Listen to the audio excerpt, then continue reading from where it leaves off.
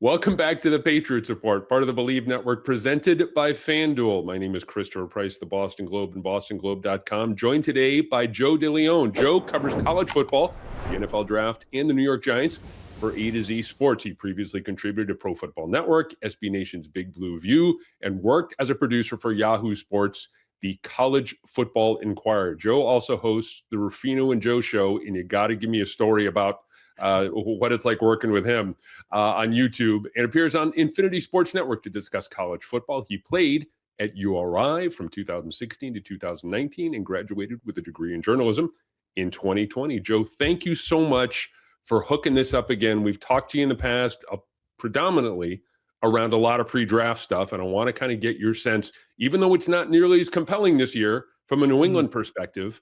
There's no Will Campbell or Drake May or whatever the case may be. They're picking 31. So let's start here.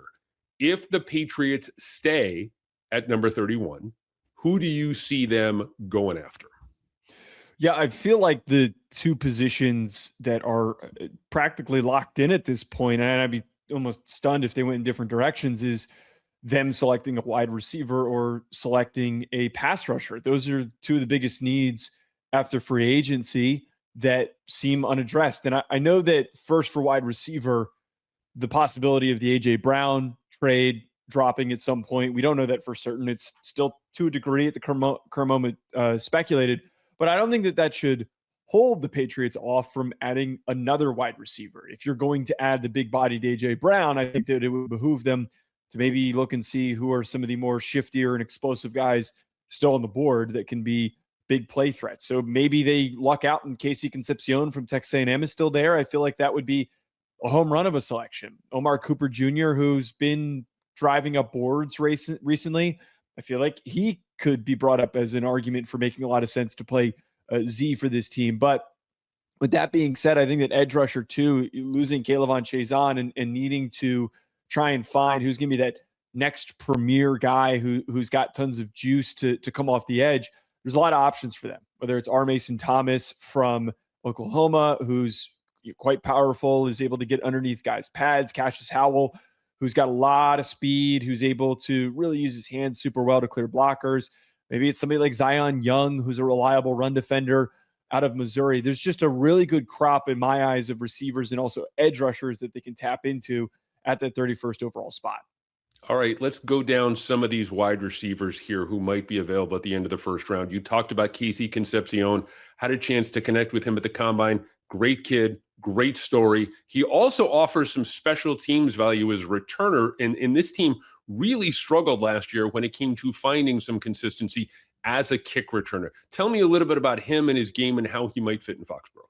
So for you, first of all, brought up the one thing that I like about him that I think just doesn't get brought up seemingly ever when we talk about Casey Concepcion, is that he was a really impactful kick and punt returner. And I think that when you've got a guy who's got such great vision when he's got the ball in his hands after the catch, the ability to separate from defenders and just to produce huge chunk plays, I want to give him opportunities to return kicks. And I think that that's part of the full package with him early on in his career. But where he has a lot of value too is the fact that he's just so speedy. He's pretty good route runner. He is going to be somebody that is just going to be super hard to keep up with how shifty and explosive he is, with how quickly he can get to that top gear. The only thing that's been brought up throughout this process that's a little troubling for him, and I think that if you go and get A.J. Brown and you round out this receiver room with Romeo Doubs as well, where he doesn't have to constantly be targeted and expected to make big plays in tighter contested windows, he struggles with holding on to the football, but specifically when he's got defenders bearing down on him.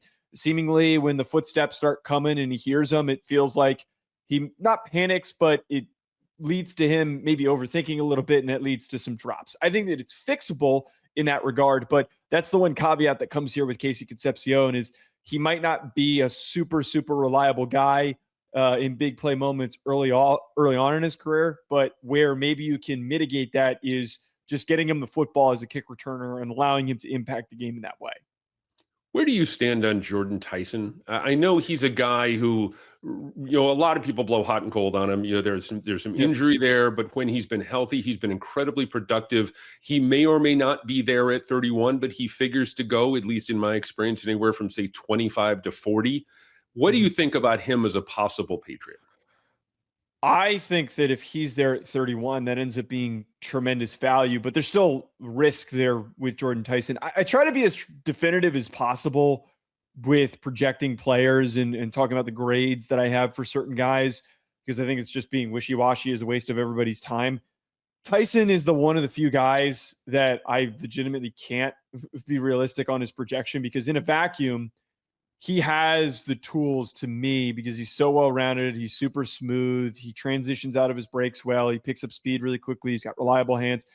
He reminds me of Justin Jefferson. I see a world where he becomes a 1,300-yard receiver, becomes one of the better receivers in the NFL. I absolutely see that.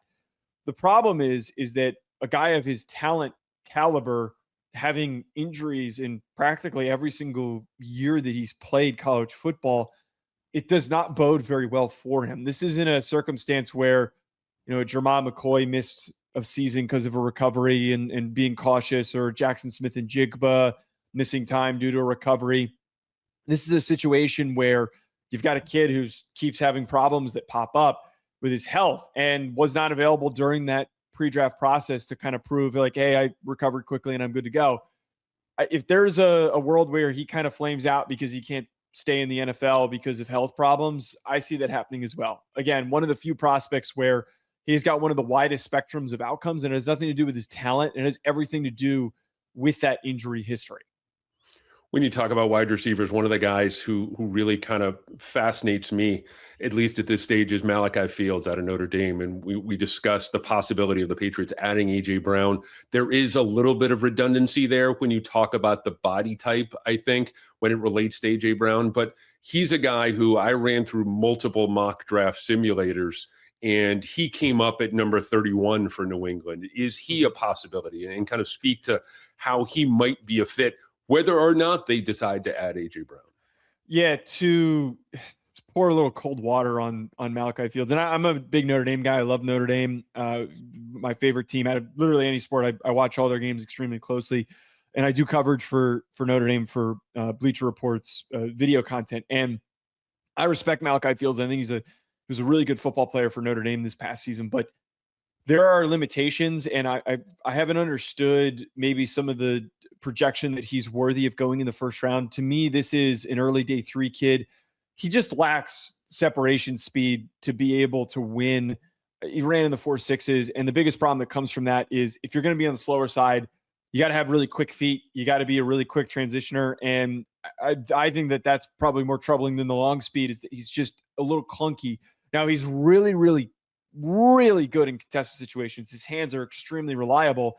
And I think Patriots fans can attest to this. When you have guys that win in these contested situations, the low end of the spectrum of outcomes is N'Keal Harry.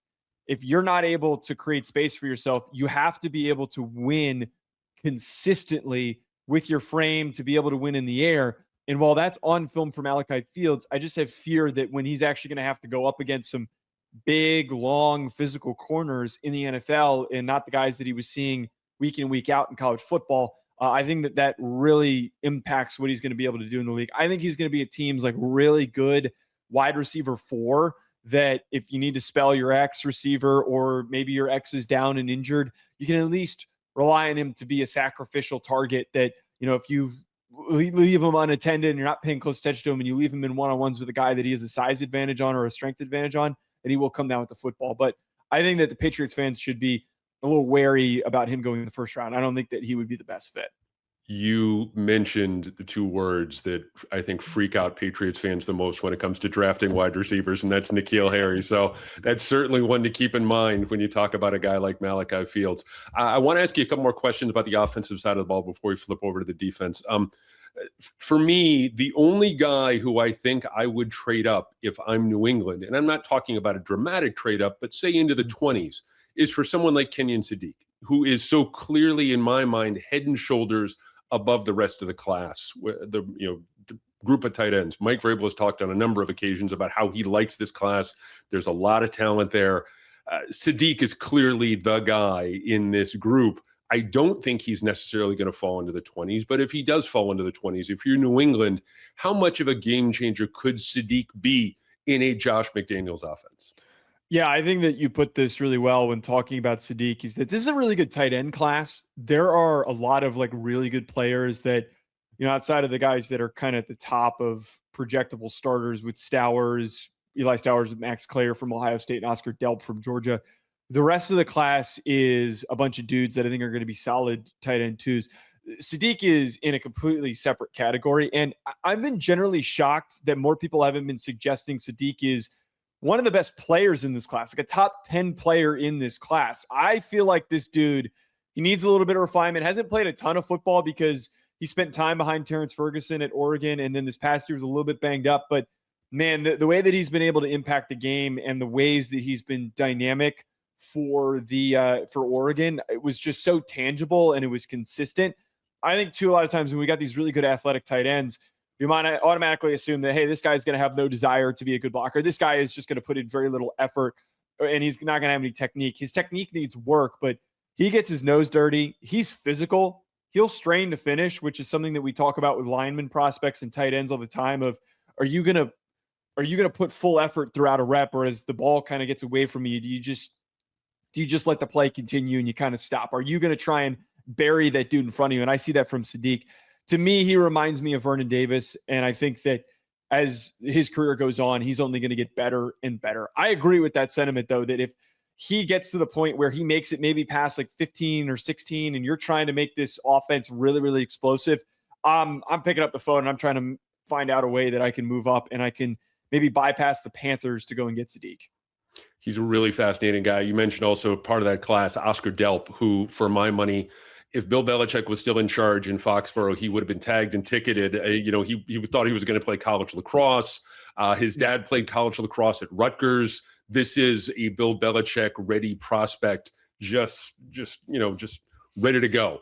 It is. It's a very interesting tight end class, and I can see them saying, okay, well, look, we're still going to get good value later on day 2, maybe day 3, we're going to kind of build out the depth there at that position. But again, for the Patriots, I think that's a really fascinating position because it's not necessarily an immediate area of need, but they're going to have to address it sooner rather than later for several reasons, not the least of which Hunter Henry is going into the last year of his contract and they lost Austin Hooper. So I want to ask you about the offensive line. And I've seen a lot of mocks where the Patriots are either going after Blake Miller, Max Ahenachor, some help at tackle. Where do you stand on that? And do the Patriots present as a team to you that maybe they could go out and get a tackle in the second round or, a day 2 guy to kind of build out some depth there? Yeah, I personally think that they should. I think that it was blatantly obvious during the Super Bowl that, and in any instance that they face teams with good defensive lines, that it was tough sledding for the current group to be good enough to effectively protect Drake May. Now, I like the moves that they had of like going and getting Elijah Vera Tucker to improve the unit, but I do feel like they need to find just another tackle piece. I think that Blake Miller is a guy that you would draft in the second round to be an immediate starter. He's played a ton of football. The Clemson football team was weird this year where a lot of their top players stagnated or regressed. Blake Miller was the one guy who improved, and I see him being a solid average level starter, which is a great thing to get out of a second round pick. Ionichor, on the other hand, has done everything right this process. He tested really well at the combine. He was super dominant at the Senior Bowl. And I feel like it's totally the type of guy that if you're a team like the Patriots that maybe doesn't see tackle as an immediate pressing need, but you want to have better depth and a good project to work on, I think that Ionichor is that type of guy that you would grab. And maybe even worth considering in the first round. I almost feel like he's probably going to be off the board, possibly with how weak this tackle class gets, but he hasn't been playing football that long. His movement skills are tremendous. His best tape is unbelievable. I think that as he starts to fully round out and really, add a little bit more strength and some better technique, he has the potential to go on to become a top 10 tackle. If they bring him along slowly in a team like the Patriots with a good culture, I think that Ionichor would be a really, really nice fit for him. All right, I want to flip over to the defensive side of the ball. You brought up some edge guys, Zion Young. I was very impressed with him at the combine, talking to him, guys like Hakeem Mesidor. In the best possible scenario, if the Patriots do decide to go for an edge guy at the end of the first round, give me your name. It's if basically a knock, a pick that knocks it out of the park. On the defensive side of the ball, if they go edge rusher, who do you have them getting? Yeah, I think that guy that would be knock it out of the park would be Howell or Akeem Mesidor, and I think for two completely different reasons. Howell, as I mentioned earlier, is very nuanced, great hands. He's very, very explosive. He's very hard to keep up with. I think if you're kind of trying to go with somebody who's more designated pass rusher, who is going to be more like a pure third down guy that has the potential to be a multi-down player, but just doesn't have the size for it, I think that Howell fits that. The other, Mesidor, he just feels like a Vrabel dude, and I don't know if he's going to be on the board here because he's been a riser. Older player, uses his hands really well, and I think has like a good floor as a really solid run defender. Maybe doesn't have that upside of becoming a 10-plus sack guy in the NFL, but when you already have a defense as good as it was, and you're not in the range to be even remotely close to being able to take a swing on one of these like top guys, I think that Mesidor's floor is exciting for just trying to keep that defense on that right path because you know that you're getting a good high effort, high motor football player. It really does feel like a Vrabel guy to the furthest degree. There's a handful of guys out there who are, again, like I said, I was very impressed by Young at the combine. Mesidor is a guy who's interesting to me.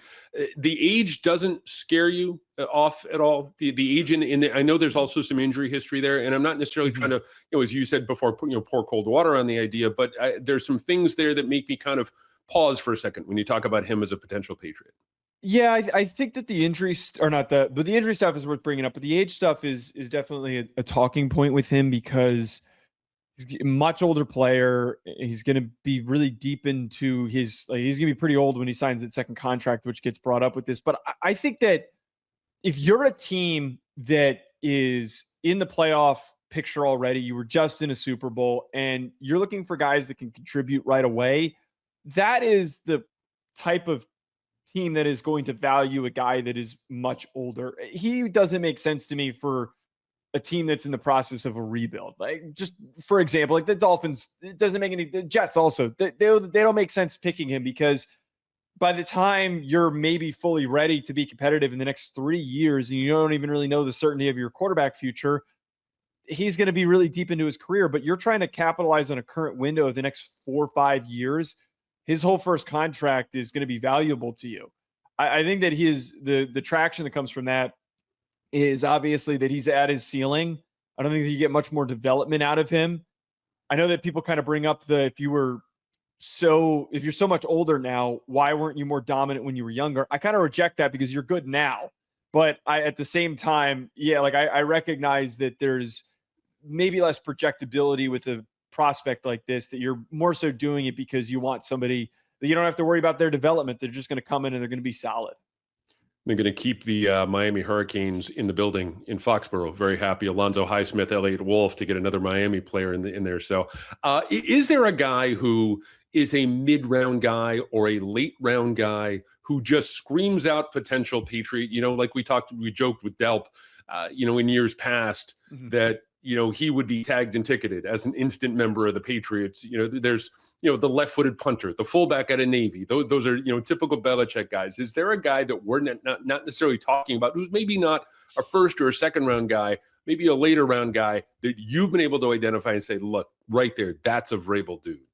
I think that this might be as cliche as it possibly could get, but Eli Heidenreich, the receiver running back from Navy, I'm like playing too hard into the trope of white skill player that goes really hard, but he is an interesting day 3 player to keep track of because I just think in general he's a guy that like has some shiftiness and has some like really good production in his time at Navy. A very productive guy that you could count on him to come down with the football.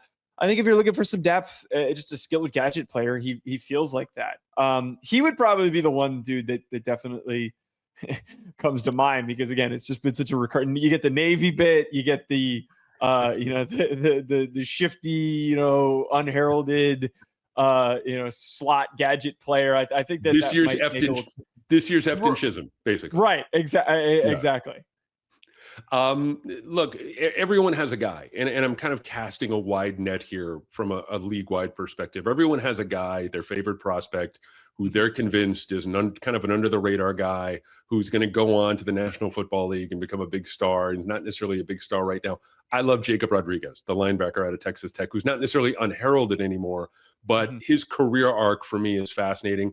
I have been banging the drum for him as a possible second-round pick of the Patriots because they need a coverage linebacker. They got crushed by tight ends on a number of occasions, running backs in the passing game.